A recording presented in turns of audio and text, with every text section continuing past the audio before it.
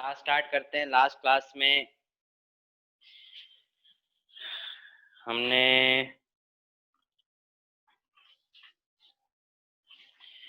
Magnetic elements के बारे में पढ़ा था ना, मैग्नेटिक एलिमेंट्स। सो आज हम पढ़ेंगे कुछ इम्पोर्टेंट टॉपिक। लिख लीजिए, टर्म्स लिखिए, some important terms. Important terms हैं जो यूज होती हैं मोस्टली।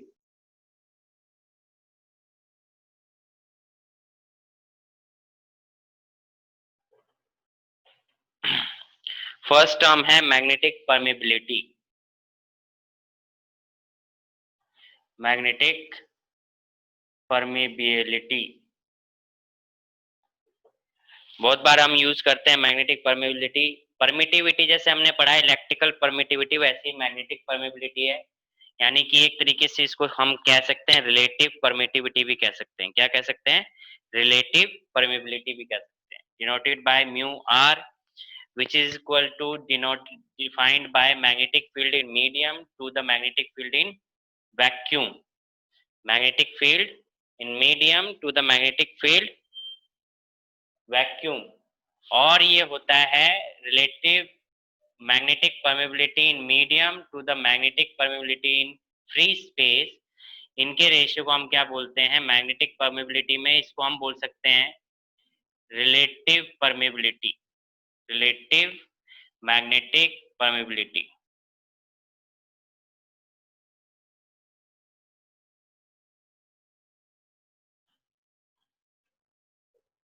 ठीक है, तो relative magnetic permeability of a material is defined as the ratio. Relative magnetic permeability of a material is defined as the ratio of the number of magnetic field lines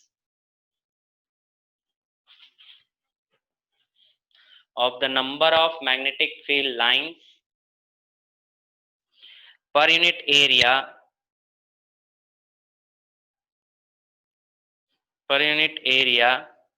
in that material, per unit area in that material, to the number of magnetic field lines, to the number of magnetic field lines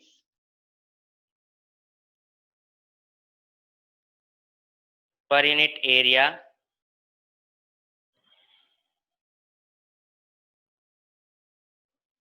in vacuum, in vacuum।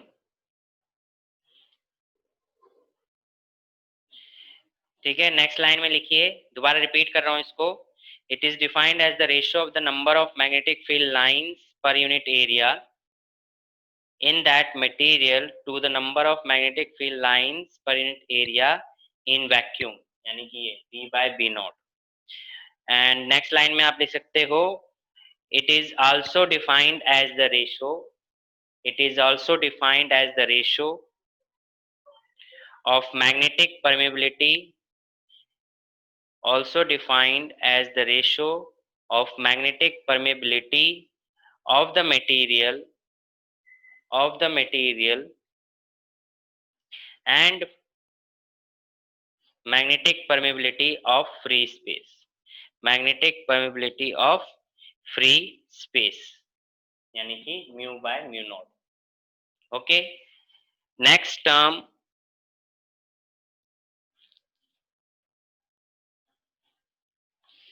that is magnetizing force।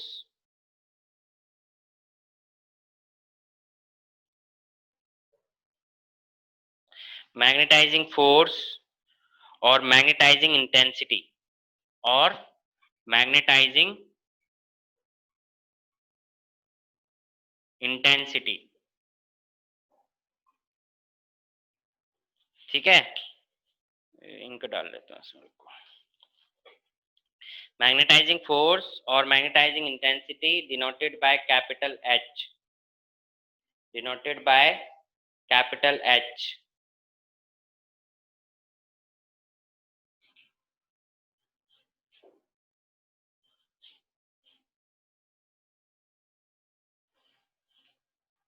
denoted by capital H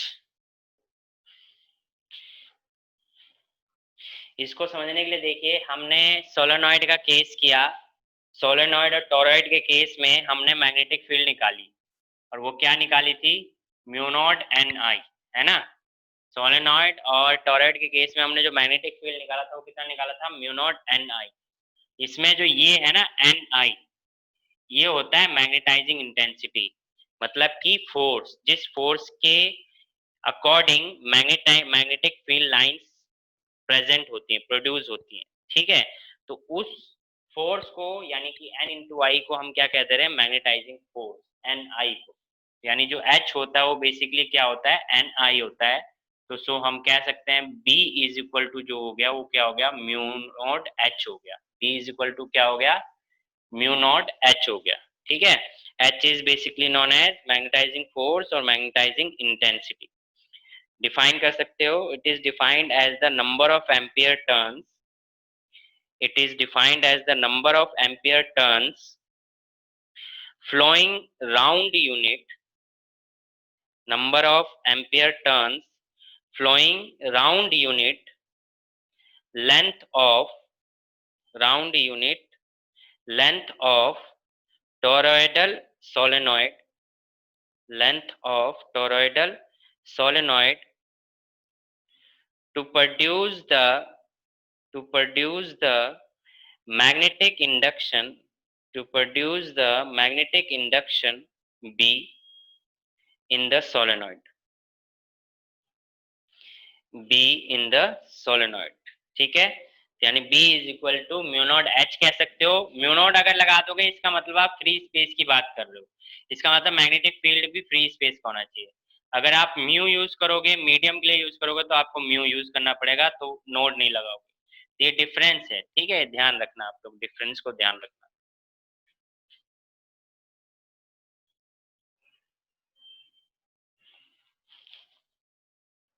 B is equal to mu naught H and D is equal to mu H.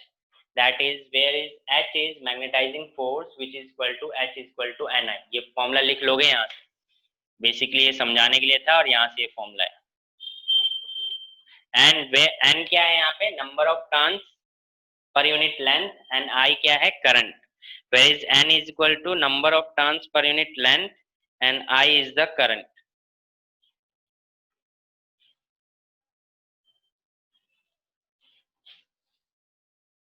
Third, intensity of magnetization. Intensity of magnetization. Intensity of magnetization denoted by capital I. Denoted by capital I.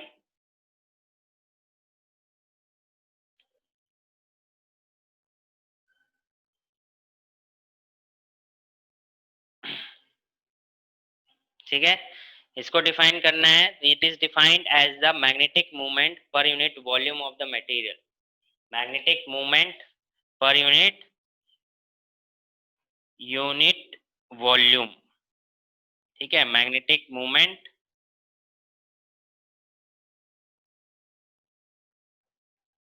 पर unit volume, यानी capital M by V।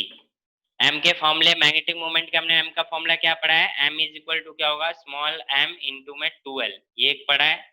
दूसरा, अगर current carrying loop है, circular loop है जिसमें I flow कर रहा है, उसके लिए हमने क्या पढ़ा है? NIA। तो ये दो फॉर्मूले हमने पढ़ रखे हैं, ये बार मैग्नेट के सेंस में पढ़ा है और ये करंट कैरिंग लूप के बेस पे पढ़ा है मैग्नेटिक मोमेंट, ठीक है। तो मैग्नेटिक मोमेंट पर यूनिट वॉल्यूम, तो यहाँ पे जो बात हो रही है वो बार मैग्नेट वाले की बात हो रही है। यहाँ पे जो बात हो रही है वो किसकी हो रही है? बार मैग्नेट का। जो हमने मैग्नेटिक मूवमेंट पढ़ा था, पोल स्ट्रेंथ इनटू में टोटल लेंथ, दोनों के बीच का जो लेंथ होता है, ठीक है, that is pole strength 2L। Define कर लेंगे, it is defined as the magnetic movement per unit volume of the material. देखो, अब आप कह रहे सर मैग्नेटाइजिंग फोर्स या मैग्नेटाइजिंग इंटेंसिटी, टर्म वही हो रहे हैं, बस यहाँ इंटेंसिटी आगे आ गया, वहाँ इंटेंसिटी पीछे आ गया। कोई डिफरेंस बता सकता है?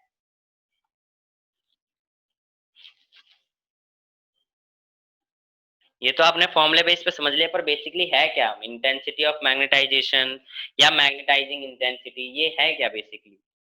देखिए दोनों में जो बेसिकली फर्क है, अगर मैं मैग्नेटाइजिंग फोर्स और मैग्नेटाइजिंग इंटेंसिटी की बात करता हूँ तो ये मटेरियल की ही बात कर रहा हूँ। मतलब कि वो मटेरियल है, उस मटेरियल के अंदर से मैग्नेटिक फील्ड प्रोड्यूस हो रहा है, और उस मैग्नेटिक फील्ड को जो प्रोड्यूस कर रहा है वो कौन सा फोर्स प्रोड्यूस कर रहा है। तो जो फोर्स उस मैग्नेटिक फील्ड को प्रोड्यूस कर रहा है दैट इज मैग्नेटाइजिंग इंटेंसिटी या मैग्नेटाइजिंग फोर्स, यानी मटेरियल का ही पार्ट है ये, ठीक है। Where is intensity of magnetization, ये इसका मतलब है कि मान लो कोई मैग्नेटिक फील्ड की एक इंटेंसिटी है, जहां पे अगर हम किसी मटेरियल को लेके आते हैं तो वो कितना मैग्नेटाइज हो सकता है, मतलब उसके अंदर मैग्नेटिक इफेक्ट की यानी मैग्नेटिक मैग्नेटिक प्रॉपर्टीज कितना वो गेन कर सकता है कोई भी बॉडी, अगर हम एक फील्ड के अंदर डालते हैं। कोई एक्सटर्नल मैग्नेटिक फील्ड है, we put an another object there, तो how much amount that body can gain by gaining magnetic effect, magnetic property। तो कोई भी बॉडी मैग्नेटिक प्रॉपर्टी कितनी कैपेसिटी के हिसाब से वो मैग्नेटाइज हो सकता है, कितना गेन कर सकता है, वो डिपेंड करता है मैग्नेटाइजिंग इंटेंसिटी ऑफ मैग्नेटाइजेशन पे, ठीक है। ये डिफरेंस है मैग्नेटाइजिंग फोर्स और मैग्नेट इंटेंसिटी ऑफ मैग्नेटाइजेशन, ठीक है। इंटेंसिटी ऑफ मैग्नेटाइजेशन मतलब आप किसी दूसरे मटेरियल को मैग्नेटाइज करना चाहते हो, मैग्नेटाइजिंग इतनी स्ट्रॉन्ग मैग्नेटिक फील्ड प्रोड्यूस कर सकता है, ठीक है। क्लियर?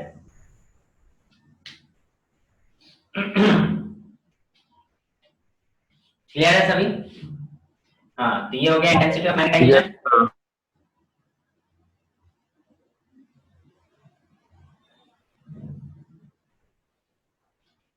अगर यहां तक क्लियर है सबको तो एक बार यस लिख दे।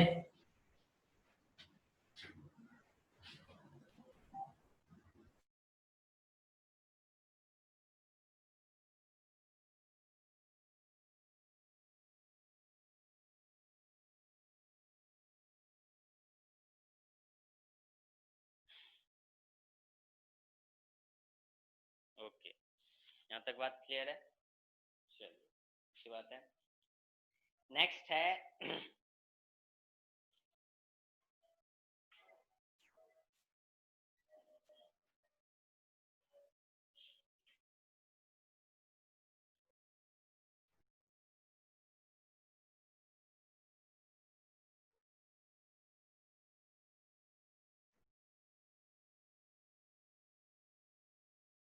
अच्छा इसकी यूनिट लिख लीजिए, ऐसा unit that is magnetizing force की एम्पियर मीटर इनवर्स, ऐसा यूनिट की ऐसा यूनिट जो होगी मैग्नेटाइजिंग फोर्स की that is ampere metre inverse,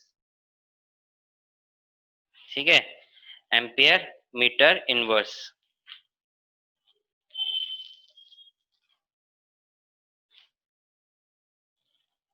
और जो इंटेंसिटी ऑफ मैग्नेटाइजेशन है उसकी भी यूनिट सेम ही होगी, ऐसा unit ampere metre inverse,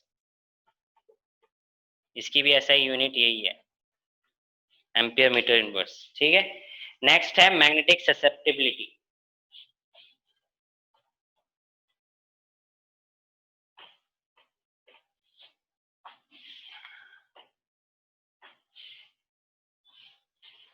magnetic susceptibility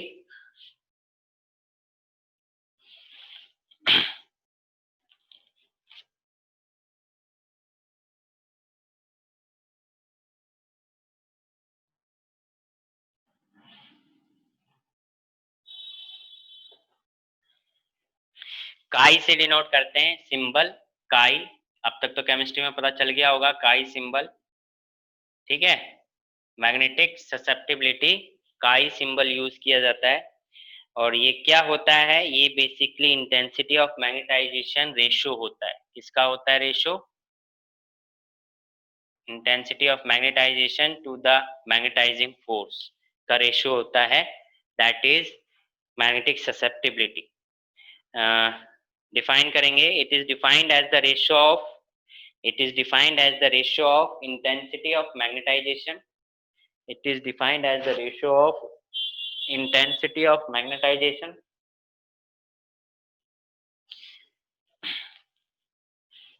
induced in the material to the magnetizing force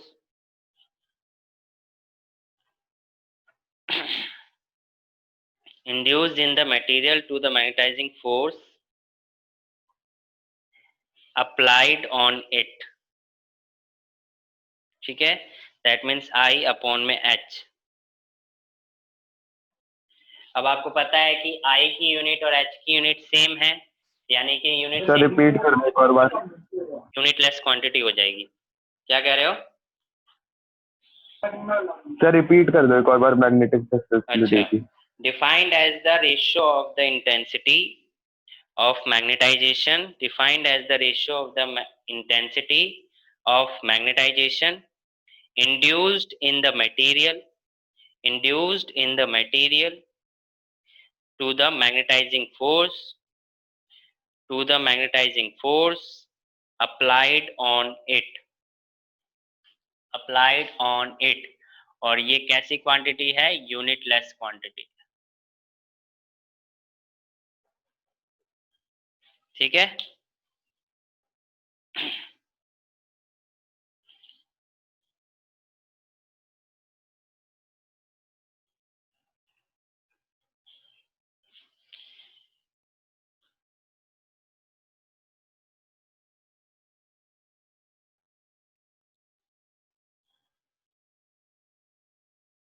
okay. Next topic ये थे इंपॉर्टेंट टर्म्स, इसमें अब कुछ नहीं बचा है। नेक्स्ट लिखते हैं classification of magnetic material. Classification of magnetic material. Chemistry में आपने क्लासिफिकेशन पढ़ा है, तो केमिस्ट्री में जो क्लासिफिकेशन है वो 5 आई गेस हैं, पर यहाँ पे सिर्फ 3 पढ़ने हैं क्लासिफिकेशन।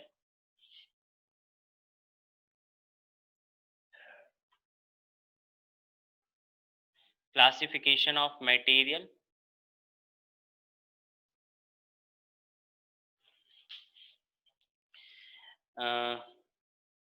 इसके अंदर 3 मटेरियल आएंगे, diamagnetic substance, paramagnetic substances and ferromagnetic substances. First diamagnetic, paramagnetic and third is ferromagnetic.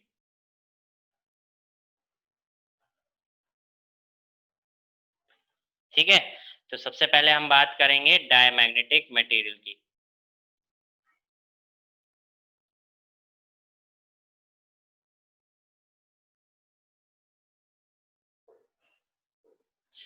Diamagnetic material, देखिए ऐसा मटेरियल जिसके अंदर प्रॉपर्टी जो होती है उसकी खुद की कोई डायपोल मूवमेंट नहीं होती है। मतलब जैसे कि अगर हम डायमैग्नेटिक मटेरियल की बात करें तो उसके अंदर जितने भी एटम्स होते हैं या मॉलिक्यूल्स होते हैं या आयंस होते हैं, वो अपने आप कोई नेट मैग्नेटिक मूवमेंट नहीं शो कर पाते हैं। ठीक है, जैसे एटम्स का भी अपना एक मैग्नेटिक मूवमेंट होता होगा। क्यों? मैग्नेटिक मूवमेंट कब बनता है? जब पॉजिटिव और नेगेटिव चार्ज, या जैसे पोल स्ट्रेंथ है साउथ और नॉर्थ पोल। ठीक है, तो इस तरीके से अगर मैग्नेटिक मूवमेंट बनता है तो उस केस में बोलते हैं। तो अगर जैसे ऐसे कोई मटेरियल है जिसके अंदर एटम, मॉलिक्यूल, साइंस का कोई मैग्नेटिक मूवमेंट नहीं है, अपने आप कोई मैग्नेटिक मूवमेंट नहीं है, मतलब कि उसके लिए कुछ एक्सटर्नल मैग्नेटिक फील्ड चाहिए तब जाके वो मैग्नेटाइज हो पाएंगे। ठीक है, तो ऐसे केस में क्या होता है, ऐसे मटेरियल को हम क्या बोलते हैं? Diamagnetic material. For example diamond हो गया, जिंक, वाटर, अल्कोहल, मरकरी, ये सारे जो मटेरियल हैं ये सब क्या होते हैं? डायमैग्नेटिक मटेरियल होते हैं।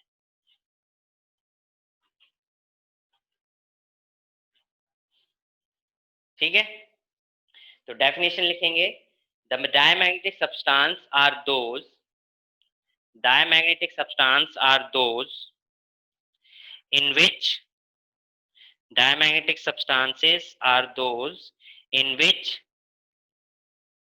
the individual atoms, molecules and ions, the diamagnetic substances are those in which the individual atoms, molecules, ions do not possess any net magnetic moment, do not possess any net magnetic moment on their own,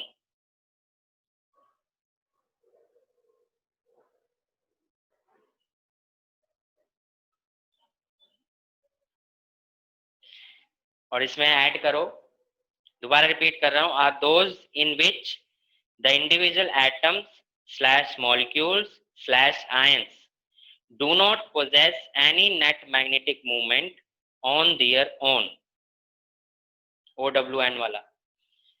Next, after full stop, when such substances are placed, when such substances are placed in an external magnetizing field, in an external magnetizing field, they get feebly magnetized, they get feebly magnetized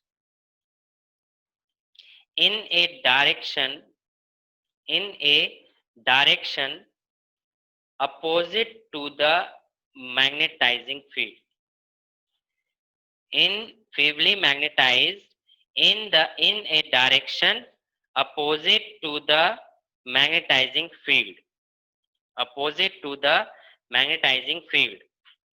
और example लिख लीजिए diamagnetic material के, antimony, bismuth, copper, lead, gold, silver, diamond, ये सब example हैं. Antimony, bismuth, copper, lead, gold, silver, diamond, these are the examples. ठीक है. जो सेकंड लाइन मैंने लिखवाई है, when such substance are placed in an external magnetizing field they get feebly magnetized in a direction opposite to the magnetizing field. मतलब कि ये magnetise तो हो रहा है, मतलब कि अगर आप इस मटेरियल को एक्सटर्नल मैग्नेटिक फील्ड के उसमें रखेंगे तो ऐसे में ये मैग्नेटाइज तो हो रहा है, बट इसका जो क्या बोलेंगे कि मैग्नेटाइज होने का जो तरीका है वो अपोजिट हो गया, मतलब कि अट्रैक्ट नहीं होता है, रिपेल होता है. ठीक है, इसका मतलब ये हो गया, वो अट्रैक्ट ना होके क्या होता है, रिपेल होता है. अब रिपेल होता है इसका मतलब क्या हुआ, मान लीजिए ये एक यूट्यूब है, यूट्यूब वो मोबाइल वाला यूट्यूब नहीं, ग्लास वाला यूट्यूब, लैब वाला यूट्यूब, यू शेप ट्यूब. ठीक है, इसमें आपने डायमैग्नेटिक मटेरियल पुट किया, तो मान लो ये लेवल है इसका डायमैग्नेटिक मटेरियल का. ठीक है, इसके अंदर ये डायमैग्नेटिक मटेरियल है, जैसे सिल्वर उल्वर जो भी है, मोल्टन फॉर्म में, लिक्विड फॉर्म में. अब आपने क्या करा कि इसके इतने पोर्शन में आपने नॉर्थ और साउथ पोल रख दिया, जिसकी वजह से इसके अंदर मैग्नेटिक फील्ड आ गई. अब ये क्या होगा कि क्योंकि ये डायमैग्नेटिक मटेरियल है और इसका अपना खुद का मैग्नेटाइजेशन नहीं होता है, ठीक है, तो ऐसे में, और ये फेवली मैग्नेटाइज होता है,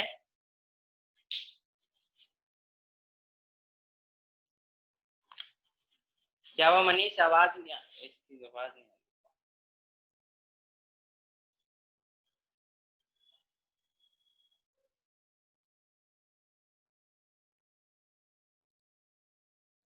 दिव्यांशु, रचित, क्या हुआ, आप बोल रहे थे कुछ, मेरे को आवाज नहीं आ रही थी. अभी भी नहीं आ रही, रुको, अब बोलना. नो.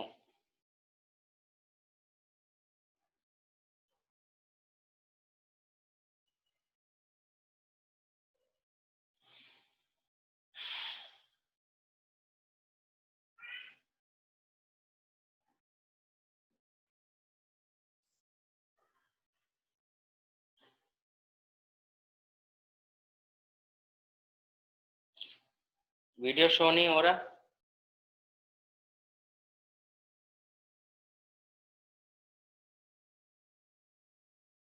वीडियो भी नहीं शो हो रहा.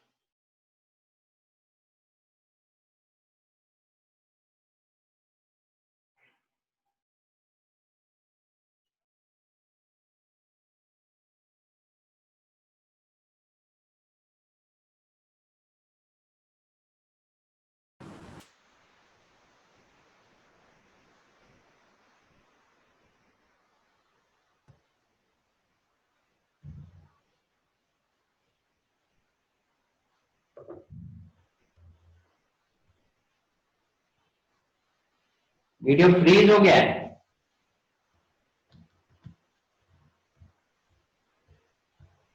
आवाज भी नहीं आ रही है.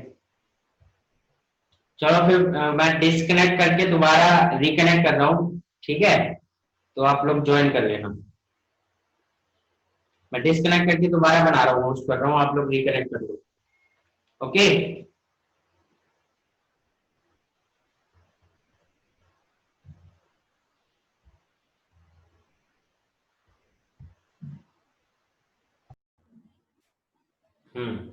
तो ये था कि ये जो मटेरियल है ये इससे रिपेल होगा मैग्नेटिक फील्ड से और नीचे आ जाएगा। एक और एग्जांपल जैसे कि अब अगर आप एक चाइना डिश में कोई डायमैग्नेटिक मटेरियल रखते हो तो वो इस तरीके से होगा, बट आपने क्या कर दिया, नॉर्थ नॉर्थ और साउथ पोल रख दिए इसके यहाँ पे, तो होगा क्या कि ये जो मटेरियल है ये इससे रिपेल होगा। रिपेल होगा तो इसमें क्या हो जाएगा, मतलब ये इस तरीके से ऐसे इकट्ठा हो जाएगा यहाँ पे, क्योंकि रिपेल हो रहा है तो यहाँ इकट्ठा हो जाएगा। ठीक है, अगर दूर है, पास होगा तो दूर दूर चला जाएगा। तो ये केस है इसका। ठीक है, यानी मटेरियल जो होता है वो रिपेल होता है। क्लियर है? ये तो हो गया डायमैग्नेटिक मटेरियल और उसके एग्जांपल। एक इस तरीके से भी डायग्राम आता है एक्सप्लेन करने के लिए। अगर कोई डायमैग्नेटिक मटेरियल है, ये मान लो डायमैग्नेटिक मटेरियल है, ठीक है, और यहाँ पे साउथ और नॉर्थ रखा है, तो इससे जो मैग्नेटिक मटेरियल निकलेंगे, मैग्नेटिक फील्ड लाइंस निकलेंगी, वो इसमें से होके नहीं जाएंगे, वो बाहर होके जाएंगे ऐसे। कभी ऐसा डायग्राम अगर आपको दिखे और पूछे कि बताओ कौन सा मटेरियल है, you can say easily that is diamagnetic material. ठीक है, क्लियर? नेक्स्ट है paramagnetic substance. Next is paramagnetic substance. Paramagnetic substance. A paramagnetic substance are those in which each individual paramagnetic substance are those in which each individual atom molecules ions has a net non-zero magnetic moment, has a net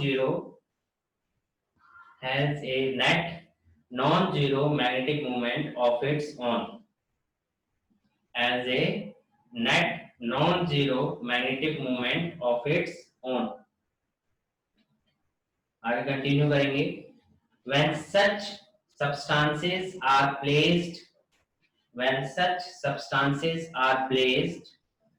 in an external magnetic field, they get feebly magnetized in the direction of magnetizing field, in the direction of the magnetizing field. Okay, यानी कि अब यहाँ देखो क्या होगा, diamagnetic में जो उसके आयन एटम मॉलिक्यूल्स और आयंस थे उनके अपना खुद का कोई मैग्नेटिक मूवमेंट नहीं था, बल्कि पैरामैग्नेटिक सब्सटेंस के जो मटेरियल होते हैं उनके जो एटम्स मॉलिक्यूल आयंस होते हैं उनका कुछ ना कुछ मैग्नेटिक मूवमेंट होता है जो कि उनका खुद का होता है। ठीक है, मतलब किसी से गेन नहीं किया उन्होंने, जैसे कि हम जैसे कोई मटेरियल है उसको मैग्नेटाइज कर रहे हैं, ऐसा नहीं है, उनके पास कुछ ना कुछ खुद का मैग्नेटिक मूवमेंट होता है। ठीक है, दूसरा अगर हम उसको मैग्नेटाइजिंग फील्ड में रखेंगे तो वो सेम डायरेक्शन में मैग्नेटाइज होता है। ठीक है, सेम डायरेक्शन में मैग्नेटाइज होता है। सेम डायरेक्शन में मैग्नेटाइज होने का मतलब तो आप समझ गए होंगे। मतलब समझने का मतलब क्या है कि अगर जैसे ये रिपेल हो रहा था तो इसके अंदर रिपेल नहीं होगा। ठीक है, ये डाउनवर्ड में नहीं जाएगा। क्लियर है, ये डाउनवर्ड में नहीं जाएगा और अट्रैक्ट होगा। इसके केस में क्या हो जाएगा, ये जो सब्सटेंस है इस तरीके से इकट्ठा हो जाएगा, मतलब ये होगा इस तरीके से, मतलब साउथ और नॉर्थ की तरफ अट्रैक्ट हो जाएंगे। ठीक है, और पैरामैग्नेटिक में अगर कोई सब्सटेंस है और साउथ नॉर्थ और साउथ पोल के बीच में रखा है तो जो मैग्नेटिक मटेरियल्स हैं वो कुछ इसके अंदर से होके जाएंगी और एक दो बाहर से होके निकल जाएंगी। ठीक है, क्योंकि ये अट्रैक्ट करता है, क्या करता है, फीबली अट्रैक्ट करता है। Diamagnetic feebly repel, paramagnetic feebly attract. Feebly का मतलब है weak, feebly means weak, weakly attract करता है। ठीक है, तो ये डायग्राम्स हैं जो प्रॉपर्टीज में पूछी जाती हैं डिफरेंशिएट करने के लिए। एग्जाम्पल लिख लो, सम पैरामैग्नेटिक एग्जाम्पल आप लिख सकते हो, aluminium, chromium, manganese, lithium, aluminium, chromium, manganese, lithium, magnesium, platinum, ठीक है, सोडियम, पोटेशियम, ये सब, ऑक्सीजन, ये सब एग्जाम्पल है पैरामैग्नेटिक मटेरियल्स और सब्सटेंसेस के।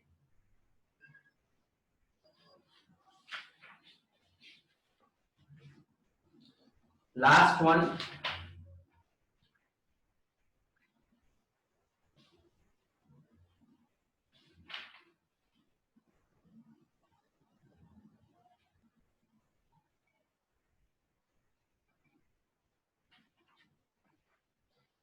देखिए, that is ferromagnetic substance. Ferromagnetic substance क्या होता है? वो मटेरियल होता है जिसमें डायमैग्नेटिक और पैरामैग्नेटिक दोनों के प्रॉपर्टीज होते हैं, ठीक है। और यूं समझ लो कि जो पैरामैग्नेटिक की जो प्रॉपर्टीज हैं वही प्रॉपर्टीज इसके अंदर होती हैं, पर स्ट्रांग होती हैं, ठीक है, और स्ट्रांग हो जाती है। इस तरीके से आप समझ सकते हो, ठीक है। तो फेरोमैग्नेटिक सब्सटेंस लिखिए, are those in which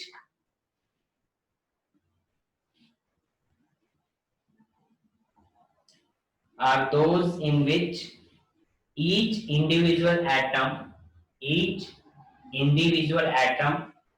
molecule, ion, each individual atom, molecule, ion has a non-zero magnetic moment, has a non-zero magnetic moment,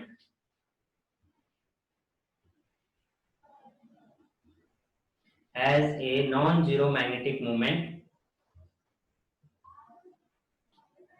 continue करेंगे, अच्छा, non zero magnetic moment as in a paramagnetic substance, as in a paramagnetic substance, as in a paramagnetic substance. When such substances are placed in an external magnetizing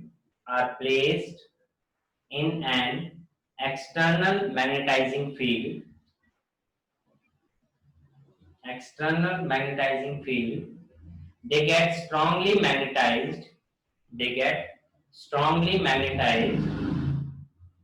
in the direction of magnetic field,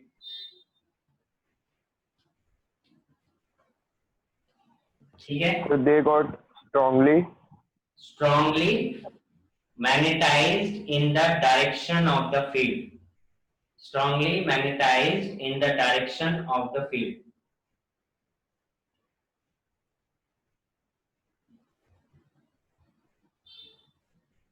example लिख लीजिए, iron, cobalt, निकल,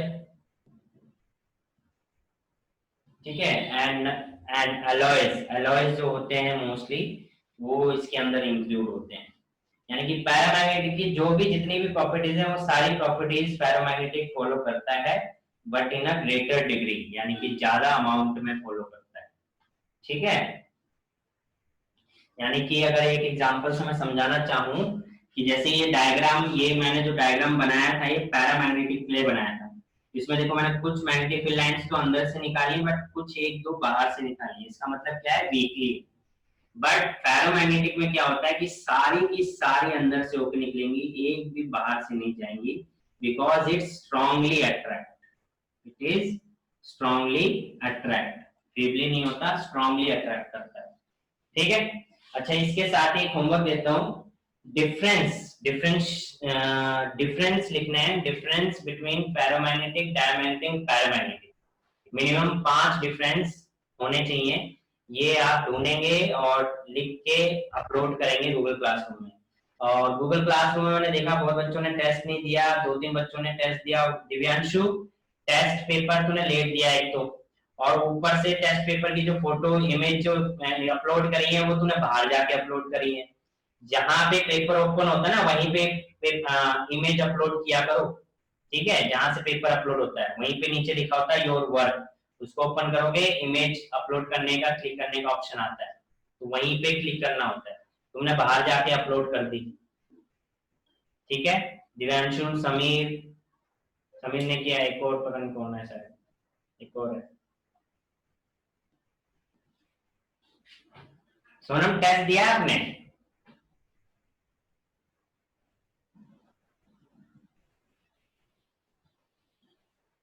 जिन जिन ने test नहीं दिया है ना, उनके घर कॉल कर करके पूछूंगा, फिर पेरेंट्स से ही बात करूंगा सीधा। तो होमवर्क मिल गया, होमवर्क समझ गए? Difference between diamagnetic. सर मैं गूगल क्लासरूम में ऐड नहीं हूँ। मैं कोड भेज दूंगा, ऐड कर हो जाना, ठीक है। Okay sir. तो क्या कह रहा था मैं, हाँ, तो difference between Divyansh, difference between diamagnetic, paramagnetic and ferromagnetic material, ठीक है। ये आपका डिफरेंस हो गया होमवर्क में, क्लियर है? इसको अपलोड करेंगे सभी के सभी। Now next topic is hysteresis curve.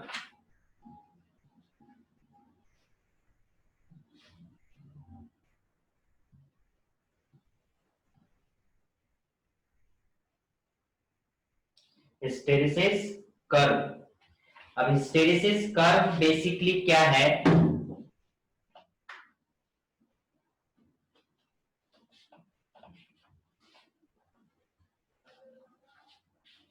Hysteresis curve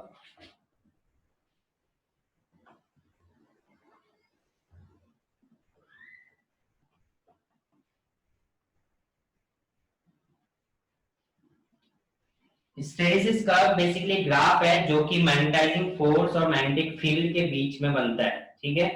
यानी कि इस तरीके से ये शो करता है मैग्नेटाइजिंग फोर्स यानी कि H, एंड ये शो करता है y axis, that is magnetic field. ये ग्राफ शो करता है कि मतलब कि अगर आपने किसी मटेरियल को मैग्नेटाइज कर रहे हो, एक फोर्स लगा रहे हो मैग्नेटाइज करने के लिए, तो किस तरीके से मैग्नेटिक प्रॉपर्टीज को गेन कर रहा है, और जैसे जैसे आप मैग्नेटाइजिंग फोर्स को रिमूव कर रहे हो तो किस तरीके से वो अपनी मैग्नेटिक प्रॉपर्टीज को लूज करता है, ठीक है। इसका जब ग्राफ बनता है तो कुछ इस तरीके से ग्राफ बनता है, पत्ती की तरह। इस तरीके से आपको बनाना है, ये शेप इस तरीके से आएगी, ठीक है। तो यहाँ पे 2 पॉइंट दिखेंगे, एक वो एच, वो सेंटर पे हो गया, तो एक ये पॉइंट को हमने पढ़ना है और एक हमें ये पढ़ना है, वर्टिकल एक्सिस पे, और एक ये, ठीक है। तो इसको कहते हैं हिस्टेरिसिस कर्व। और ये हिस्टेरिसिस कर्व बना क्यों?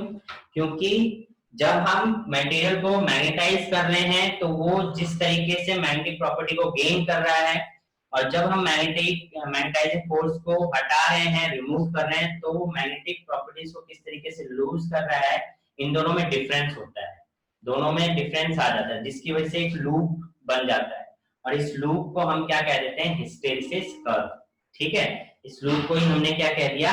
Hysteresis curve.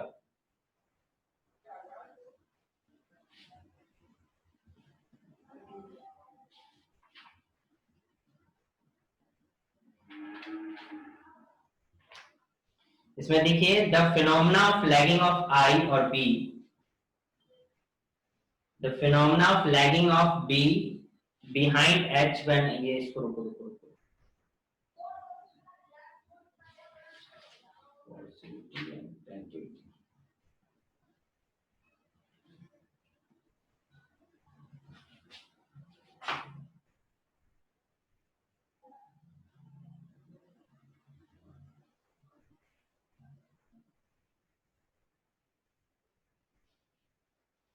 तो पहले आप लिखो retentivity, first term retentivity, retentivity, ठीक है। और क्या बोल सकते हैं? रिमेनेंस,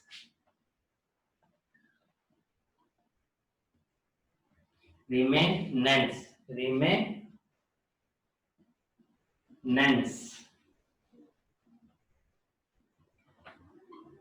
ठीक है। तो ये क्या है? देखिए, रिमेनेंस है कि मान लो ये जो आपका मैग्नेटाइजिंग फोर्स है, इसको आप क्या कर दो? जीरो, मतलब कि आपने मैग्नेटाइजिंग फोर्स को रिमूव कर दिया, जीरो पे ले, पर आप देखते हो कि मटेरियल में अभी भी कुछ ना कुछ मैग्नेटिक प्रॉपर्टी रह रही है, कुछ ना कुछ मैग्नेटिक, आप मैग्नेटाइजिंग फोर्स को जीरो कर दिया, फिर भी उसके अंदर क्या रह रही है, मैग्नेटिक प्रॉपर्टी रह रही है। इसको आप नेम दे दो, कुछ ओ पी दे दो, ठीक है, मैग्नेटिक प्रॉपर्टी रह रही है, इसको हम बोलते हैं मैग्नेटिक रिटेंटिविटी या रिमेनेंस। क्लियर? अगर आप मैग्नेटाइजिंग फोर्स को जीरो कर देते हो तब भी उसके अंदर कुछ ना कुछ मैग्नेटिक फील्ड रह जाती है, मैग्नेटिक बिहेवियर रह जाता है। फॉर एग्जांपल के लिए मान लो आप जो कील होती है, नेल है या कॉइन है, इसको आप मैग्नेट के साथ रख दो कई दिन तक, फिर आप उस मैग्नेट को हटा दो, तो मतलब मैग्नेट के साथ रखा तो मैग्नेटिक प्रॉपर्टी गेन कर रहा है, मैग्नेटिक बन गया वो भी। बट जैसे ही आप मैग्नेट को हटाते हो, मतलब कि आपने मैग्नेटाइजिंग फोर्स को हटा दिया, तो मैग्नेट को जैसे आपने हटाया, मैग्नेटाइजिंग फोर्स हट गया, पर क्या कॉइन अपनी सारी की सारी प्रॉपर्टी जो उसने मैग्नेटिक प्रॉपर्टी गेन करी वो एकदम से लूज कर देता है, जीरो कर देता है? नहीं, उसके बाद भी आप देखोगे उसमें कुछ ना कुछ प्रॉपर्टी वो अभी भी मेटल को अट्रैक्ट कर रहा होता है। ये आपने देखा होगा, मैग्नेट को हटाने के बाद भी वो मेटल्स को अट्रैक्ट कर रहा होता है, ठीक है, चिपक रहे होते हैं कॉइन्स। वो क्या है, वो रिटेंटिविटी है, मतलब आपने मैग्नेटाइजिंग फोर्स जीरो कर दिया है बट फिर भी उसके अंदर मैग्नेटिक फील्ड अभी भी है, मतलब जीरो नहीं है। तो जो बची हुई मैग्नेटिक फील्ड है, मैग्नेटिक प्रॉपर्टी है, उसको हम क्या बोलते हैं, रिटेंटिविटी, रिमेनेंस, रेजिडुअल, ठीक है, ये सब। तो इसको लिख लीजिए, the value of magnetic induction, the value of magnetic induction, the value of magnetic induction left in the specimen, left in the specimen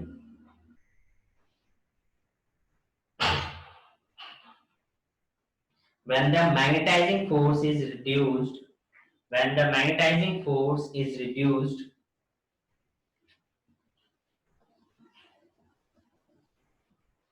to zero, when the magnetizing force is reduced to zero, is called retentivity or remanence, is called retentivity or remanence. The value of magnetic induction left in the specimen when the magnetizing force is reduced to zero is called retentivity or remanence, ठीक है, यानी कि now अब क्या है कि अब आपको, जैसे कि आप मैग्नेटाइजिंग फोर्स जीरो लगा कर दिया, बट फिर भी इसके अंदर प्रॉपर्टी है, बट आप इस प्रॉपर्टी को बिल्कुल खत्म करना है, मतलब जीरो पे लेके आना है, तो आप इसको जीरो पे लेके आ रहे हैं, और उसके लिए क्या होगा, मैग्नेटाइजिंग फोर्स नेगेटिव में लगाना पड़ेगा, यानी ओसी, ओसी समझ लो, मैग्नेटाइजिंग फोर्स नेगेटिव में लगाना पड़ा। ये जो negative value of magnetizing force है, इसको हम बोलते हैं कोएर्सिविटी। क्या बोलते हैं? कोएर्सिविटी।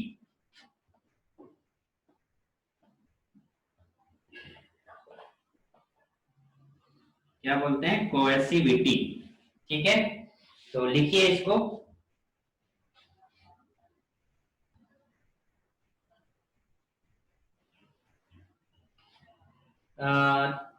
to reduce the residual, to reduce the retentivity, इस तरीके से लिखो, to reduce the retentivity, to reduce the retentivity to zero, to reduce the retentivity to zero, we have to apply a magnetizing force, we have to apply a magnetizing force OC, we have to apply a magnetizing force OC in opposite direction, in opposite direction, in opposite direction. This value of magnetizing force, this value of magnetizing force is called, this value of magnetizing force is called coercivity of the material.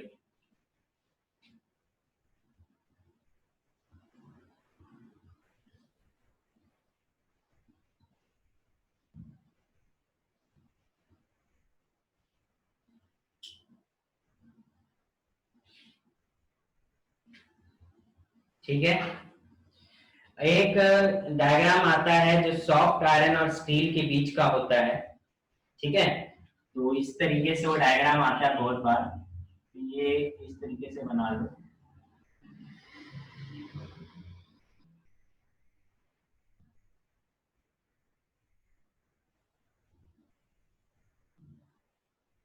एक आप देख रहे हो, एक hysteresis loop पतला सा है और एक हिस्टेरेसिस थोड़ा वाइड है, ठीक है। तो ये जो पतला सा है ये है सॉफ्ट आयरन, जो हम इलेक्ट्रोमैग्नेट के लिए यूज करते हैं।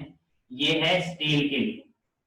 तो आप देख रहे हो कि जो सॉफ्ट आयरन है उसका रिटेंटिविटी ज्यादा है, ठीक है, और जो स्टील है उसका रिटेंटिविटी कम है, बट कोर्सिविटी ज्यादा है। और जो सॉफ्ट आयरन है उसका कोर्सिविटी कम है। इसका मतलब क्या है कि मतलब अगर सॉफ्ट आयरन है तो उसको डीमैग्नेटाइज करने के लिए ज्यादा अमाउंट ऑफ फोर्स नहीं लगेगा, बहुत इजीली डीमैग्नेटाइज हो जाएगा। जबकि स्टील में क्या है कि उसको डीमैग्नेटाइज करने के लिए ज्यादा अमाउंट ऑफ फोर्स लगेगी, मैग्नेटाइजिंग फोर्स, इसलिए इसका जो हिस्टेरेसिस लूप है थोड़ा वाइड, ठीक है, समझे। इस तरीके से ये ग्राफ आप बना लें, ये H शो कर रहा है, ये मैग्नेटिक फील्ड या फिर IB कह सकते हो, ठीक है। Soft iron, steel. यहां तक किसी को कोई डाउट है तो पूछिए, यहां तक किसी को कोई डाउट तो पूछिए, एनी डाउट? जब समझ में आ गया तो एक बार यस लिख देंगे। सॉफ्ट आयरन स्टील का एक और समझा दो। सॉफ्ट आयरन स्टील, ये ग्राफ आप बना लेंगे। सॉफ्ट आयरन का स्टील का जो हिस्टेरेसिस लूप है वो थोड़ा पतला सा है और लॉन्ग है। इसका मतलब है कि इसकी रिटेंटिविटी ज्यादा है। रिटेंटिविटी हम वाई एक्सिस को बोल रहे हैं, रिटेंटिविटी ज्यादा है। इसका मतलब क्या है कि अगर हम हल्का सा भी मैग्नेटाइजिंग फोर्स लगाएंगे तो इजीली मैग्नेटाइज हो जाएगा। जैसे कि आपको याद होगा कि हम जैसे इलेक्ट्रोमैग्नेट होता है तो सोलेनॉइड के अंदर क्या करते थे, आपने 10th में पढ़ा था, एक सॉफ्ट आयरन रखते थे जिससे वो इलेक्ट्रोमैग्नेट बन जाता था। सॉफ्ट आयरन ही क्यों लेते थे, क्योंकि देखो यहाँ पे समझ में आ रहा है, अगर आप हल्का सा भी फोर्स लगाओगे तो मैग्नेटिक प्रॉपर्टी ज्यादा गेन कर लेता है, यानी कि इजीली मैग्नेट बन जाता है, ठीक है। और अगर वहीं पे स्टील का देखोगे तो स्टील का रिटेंटिविटी सिर्फ इतना ही, ठीक है, इतना। इसका मतलब है आप ज्यादा अमाउंट ऑफ फोर्स भी लगा रहे हो और उसके अंदर मैग्नेटिक प्रॉपर्टी भी बहुत कम गेन हो रही है। इसका मतलब ये हुआ। दूसरा, डीमैग्नेटाइजेशन को देख सकते हो, जैसे कि कोर्सिविटी है।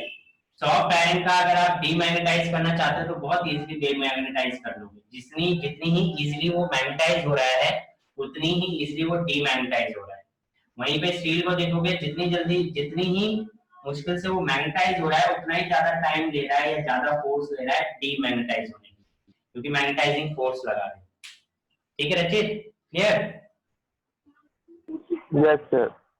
Manish, magnetizing intensity magnetizing intensity है आपका फोर्स, यानी कि जिस फोर्स, जैसे मान लो एक मटेरियल है, ये मैग्नेट है, इस मैग्नेट की वजह से मैग्नेटिक फील्ड है, और वो मैग्नेटिक फील्ड कुछ ना कुछ फोर्स होगा ना, क्योंकि वो मैग्नेटिक फील्ड भी कुछ ना कुछ फोर्स लगा रही होगी, किसी ना किसी फोर्स की वजह से जनरेट हो रही है।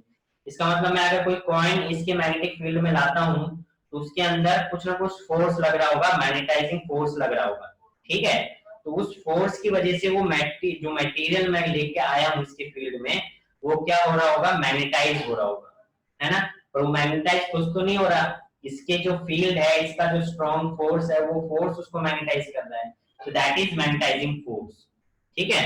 और इंटेंसिटी ऑफ मैग्नेटाइजिंग का मतलब है कि अगर हम कॉइन को इस फील्ड में लेके आ रहे हैं तो कितना मैग्नेटाइज हो रहा है, वो अमाउंट ज्यादा हो रहा है कम हो रहा है, that is intensity of magnetisation, ठीक है।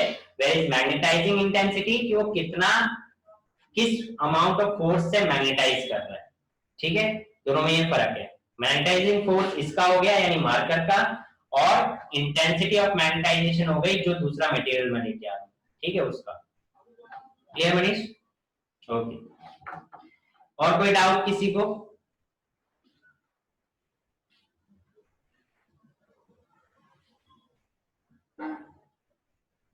सबको क्लियर है?